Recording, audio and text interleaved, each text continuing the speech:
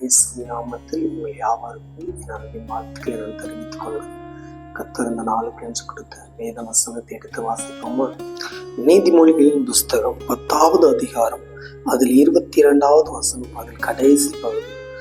கர்த்தர் வேதனையை கூட்டார் அப்படின்னு இருக்கு. கர்த்தர் அதனுடைய வேதனையை கூட்டார் இருக்கு. ஆண்டவர் வேதனையை கூட்ட மாட்டார்.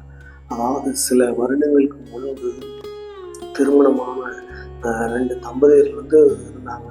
அந்த மனுஷனுக்கு மனைவி மேலே அந்த மாமியார் குணம் சரியில்லாதது. எப்பொழுதும் மருமகளை திட்டி தீர்த்து ஏசிக்கிட்டே இருக்கும். அது எவ்வளவோ புருஷன் இடத்துல சொல்லி பார்த்துச்சு. ஆனால் அவர் தன் தாயின் மீது இருந்த அன்பின் நிமித்தம் ஒன்றுமே செய்யாமல் இருந்துகிட்டே இருந்தார். அது வேதனைப்பட்டு கடைசி தீ குளித்து இறந்து போய்விட்டது. அது எழுதி வைத்து சொல்லுது, இந்த உலகத்துல எனக்கு யாருமே இல்லை அப்படின்னு சொல்லி. இப்போ இடையில கூட நீங்க பார்த்தீங்களா, ஒரு சொத்துக்காக ஒரு பொண்ணு, அழகான பொண்ணு, ஐயோ அதை பார்க்கும்போதெல்லாம் வேதனையாக இருக்கும்.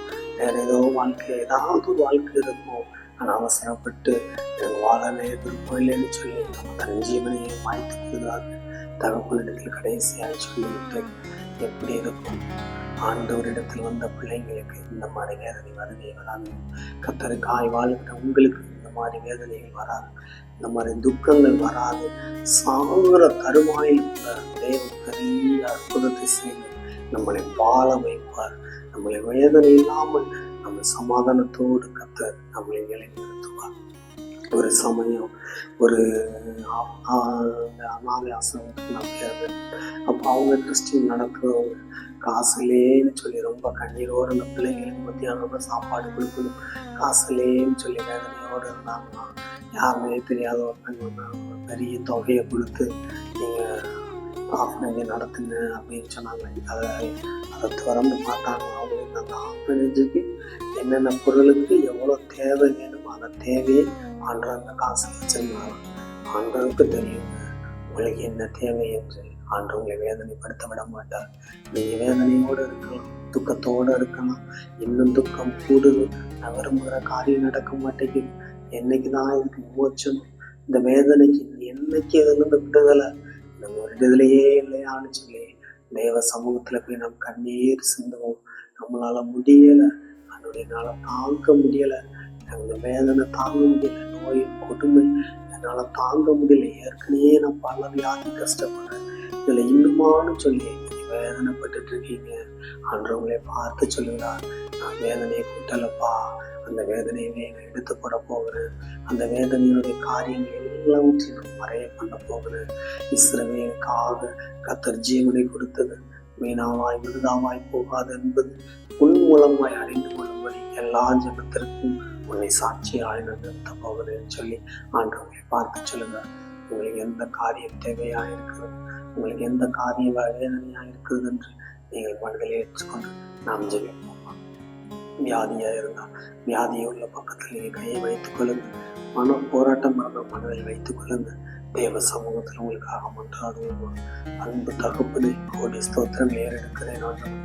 ஐயோ போதும் போதும் போதும் என்று வாழ்கிற ஒவ்வொருவரையும் நினைத்தார்கள் ஆண்டவரே. அனுமதியில் ஒவ்வொருவரையும் நினைத்தார்கள் நீர் சுகமாக்கினீர்.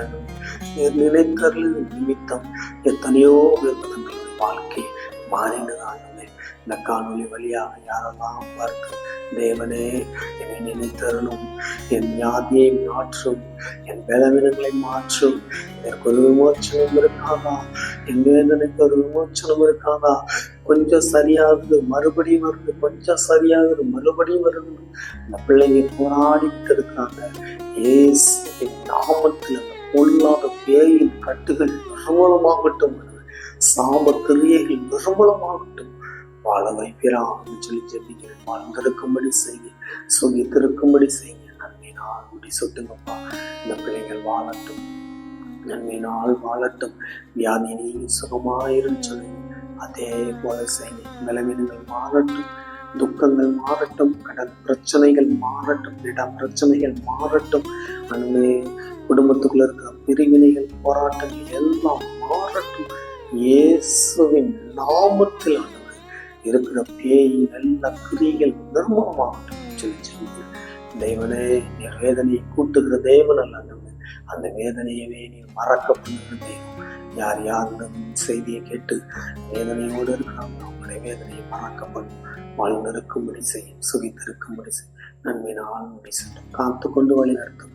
ரட்சகரும் மீட்பருமாக இயேசு கிறிஸ்துவின் நாமத்தில் ஜெபிக்கிறேன் எங்கள் நல்ல பிதாவே, ஆமென்.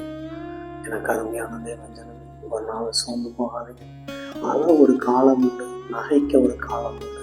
நீங்க இப்ப அழலாம், ஆனா உங்களுடைய நகைக்கும் நாட்கள் இந்த நாளிலிருந்து வருகிறது.